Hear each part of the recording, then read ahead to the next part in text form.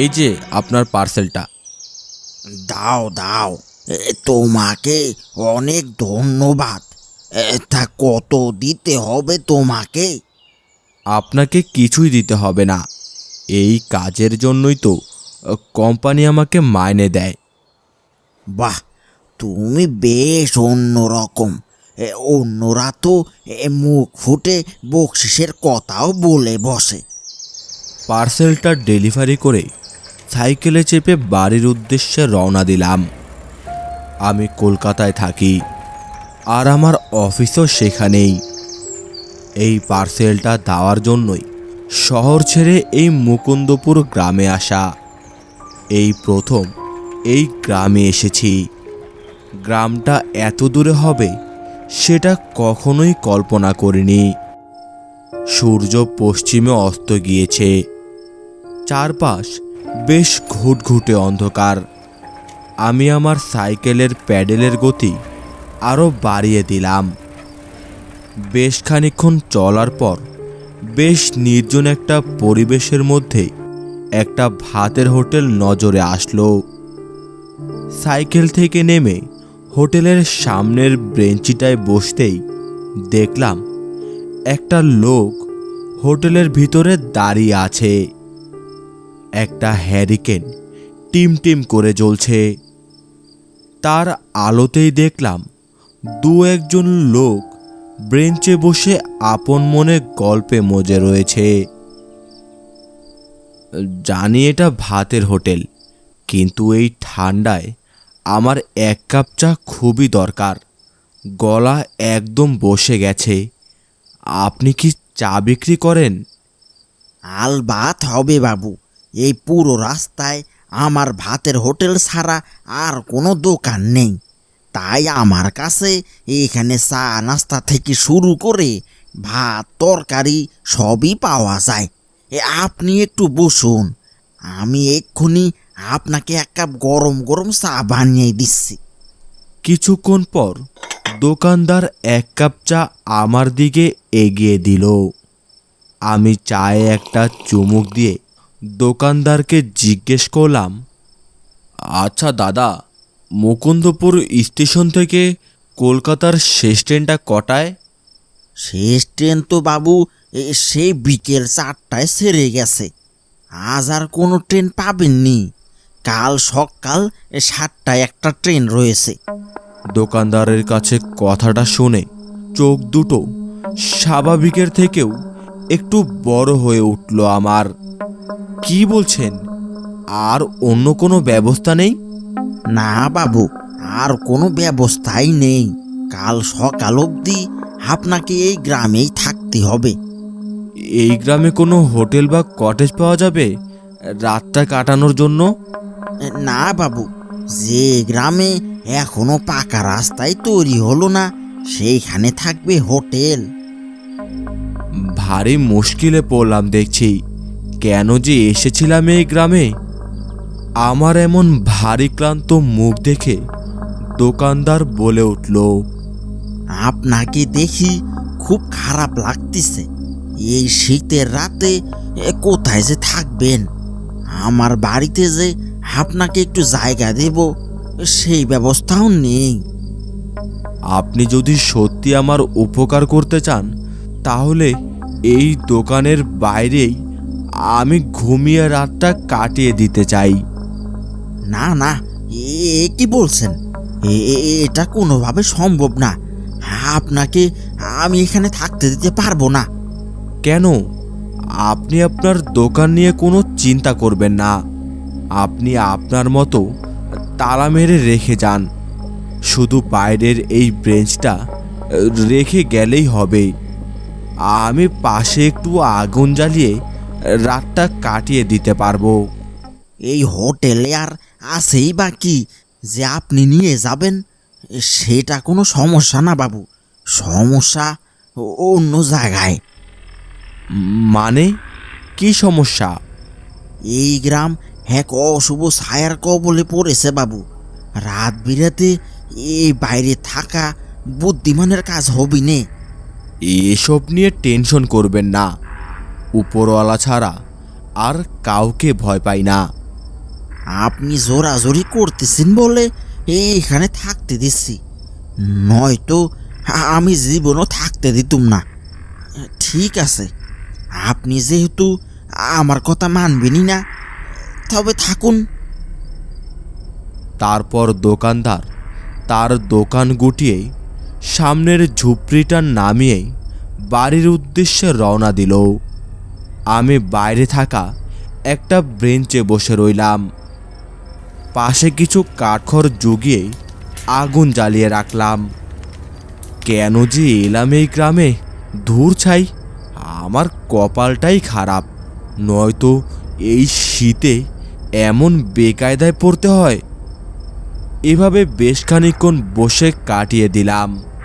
চারপাশ একদম নিস্তব্ধ, কিছু অজানা পোকামাকড়ের ডাক আর গাছের ডালের সাথে ডালের বাড়ির শব্দ। বেশ খানিকক্ষণ বসে থাকার পর সারাদিনের ক্লান্তি আর ভোগান্তির ফলে চোখ জুড়ে যেন ঘুম আসছিল। ব্রেঞ্চটার উপরে লম্বা হয়ে শুয়ে পড়লাম। ব্রেঞ্চের মধ্যে পিঠটা ঠেকাতেই দুটো চোখ বন্ধ হয়ে গেল আমার। রাত তখন কটা হবে ঠিক বলতে পারবো না। ঘুমের মধ্যে অনুভব করছিলাম আমার চারপাশে কিছু মানুষের হাঁটা চলার শব্দ আর ফিসফিসানো আওয়াজ। ধপ করে চোখটা খুলে গেল আমার। চোখটা খুলে বেঞ্চ থেকে উঠে বসতেই চারপাশে যা দেখলাম, দেখে আমার শরীরের রক্ত ঠান্ডা বরফে পরিণত হলো। দেখলাম আমার চারপাশ ঘিরে কিছু লোক দাঁড়িয়ে আছে। তাদের সকলের হাতে বিশাল বড় বড় দা আর ছুরি। আমার আর বুঝতে বাকি রইল না, এই গ্রামে এসে ডাকাতের পাল্লায় পড়েছি আমি। এই ছোকরা, তোর দেখছি অনেক সাহস। রাতে এখানে থাকা যে নিষেধ, তুই জানিস নে? না, আমি এই গ্রামের নই, কাজের সূত্রে এখানে এসে ফেসে গেছি। আপনারা আপনারা কারা? আমরা আমরা যে তোর জন। এই গ্রামে রাতে কেউ ঘর থেকে বের হয় না। এই ছোকরা, তোর ঝোলায় কি রে? না, কিচ্ছু নেই। এই কথা বলতেই ডাকাতদের মধ্য থেকে একজন আমার কাছে এসে ব্যাগটা ছিনিয়ে নিতে চাইল। ব্যাগের ভেতর আমার পুরো 1 মাসের মাইনে আর অফিসের অনেকগুলো টাকা ছিল।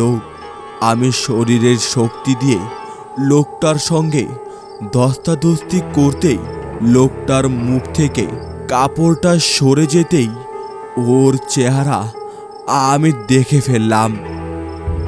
ঘোমটার আড়ালে আমি যাকে দেখলাম, এ যেন কোনো জীবন্ত মানুষ নয়, এ যে একদল প্রেতাত্মা। চারপাশ ভার করে ভেসে আসছিল তাদের অট্টহাসি। কারো একটা হাত নেই, কারো বা গলার নলিটা কাটা, কারো আবার সমস্ত শরীরে আগুনে ঝলসে দেওয়া, চোখগুলো খুবলে নেওয়া। এ যেন এক বিভীষিকা আমার সামনে। তোমরা কারা? আমরা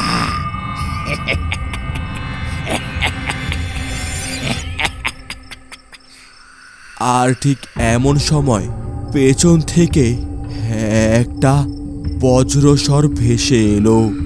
তোরা ওকে ছেড়ে দে, ও এই গ্রামের নয়, ভুল করে এখানে চলে এসেছে।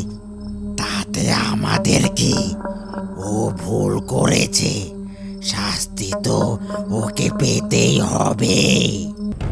মুহূর্তেই দোকানদার আমার হাত ধরে টেনে বলল, বাবু, ডাইরে দেখছেন কি?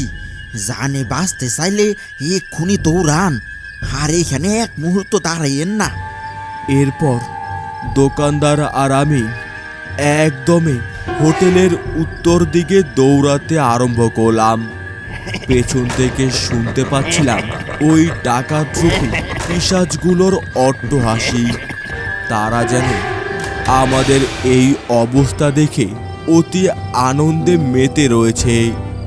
তারপর একটা শিমুল গাছতলার নিচে গিয়ে আমরা দুজনই দাঁড়ালাম। ঘামে পুরো শরীর আমার ভিজে রয়েছে। আমি দোকানদারকে কিছু জিজ্ঞেস করতে যাব, আর দোকানদার আমাকে চুপ থাকতে বলল। বাবু, এখন আর কিছু কথা নয়। আমি জানি আপনার মনে অনেক প্রশ্ন জমা হয়ে আছে। একটু পরেই এই সূর্য উঠবে। আপনাকে স্টেশনে পৌঁছে দিয়ে আপনাকে সব কথা বলছি। আপনাকে আমার ভাতের হোটেলে রাতে এই জন্য থাকতে নিষেধ করেছিলাম। দিনে আমার ভাতের হোটেল স্বাভাবিক থাকলেও রাতে হয়ে ওঠে ওই পিশাচগুলোর আক্রাখানা। মানে কি বলছেন এসব? আমি আমি তো কিছুই বুঝতে পারছি না। আসলে ওরা জীবিত অবস্থায় ছিল একদল ভয়ঙ্কর ডাকাত। আমাদের গ্রাম সহ আশেপাশের সব গ্রামেই কালো ডাকাত দলের নাম শুনলেই সবাই ভয়ে কেঁপে উঠত। নানা জায়গায় অপকর্ম করে রাতে ওরা আমার হোটেলে এসে খেত। হোটেলে যা থাকতো সব খেয়ে দিয়ে টাকা না দিয়ে চলে যেত। ওদের জ্বালায় আমি একটু শান্তিতে দোকানদারিও করতে পারতাম না। আমার খাবার নাকি ওদের কাছে অনেক ভালো লাগতো। আর এমনই এক রাতে খাবার অনেক কম ছিল। ওই সব মিলে একজনের খাবার হবে টেনে টুনে। ওদের মধ্যে কে খাবে আর কে না খাবে সেই নিয়ে ওরা মারামারি শুরু করে দিল। আর এক পর্যায়ে ওরা একে অপরকে মেরে ফেলল। কেউ গলা কেটে, কেউ পেটে ছুরি ঢুকিয়ে, কেউ আবার হাত পায়ে কেটে দিল। মুহূর্তেই আমার পুরো ভাতের হোটেল এক রক্তের ভাগাড়ে পরিণত হলো। আর সেই থেকেই শুরু। প্রতি রাতেই ওই পিশাচগুলো আমার হোটেলে এসে তাণ্ডব চালায়। আর হোটেলের বাইরে কাউকে দেখলেই ওকে মেরে আমার হোটেলের সামনে ফেলে চলে যায়। তাই আমাদের গ্রামে রাতে কেউ ঘর থেকে বের হয় না। আপনাকে আমার হোটেলের বাইরে এই জন্যই থাকতে নিষেধ করেছিলাম। আপনাকে হোটেলের সামনে রেখে চলে যাওয়ার পর থেকেই আমি দুশ্চিন্তায় ছিলাম।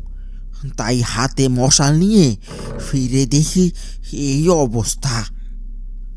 যাই হোক বাবু, এখন আপনি একদম সুরক্ষিত। ওই তো আপনার ট্রেন চলে এসেছে। ট্রেনে উঠে পড়ুন বাবু। গল্পটি ভালো লেগে থাকলে ভিডিওতে লাইক এবং চ্যানেলটি সাবস্ক্রাইব করে আমাদের পাশেই থাকুন।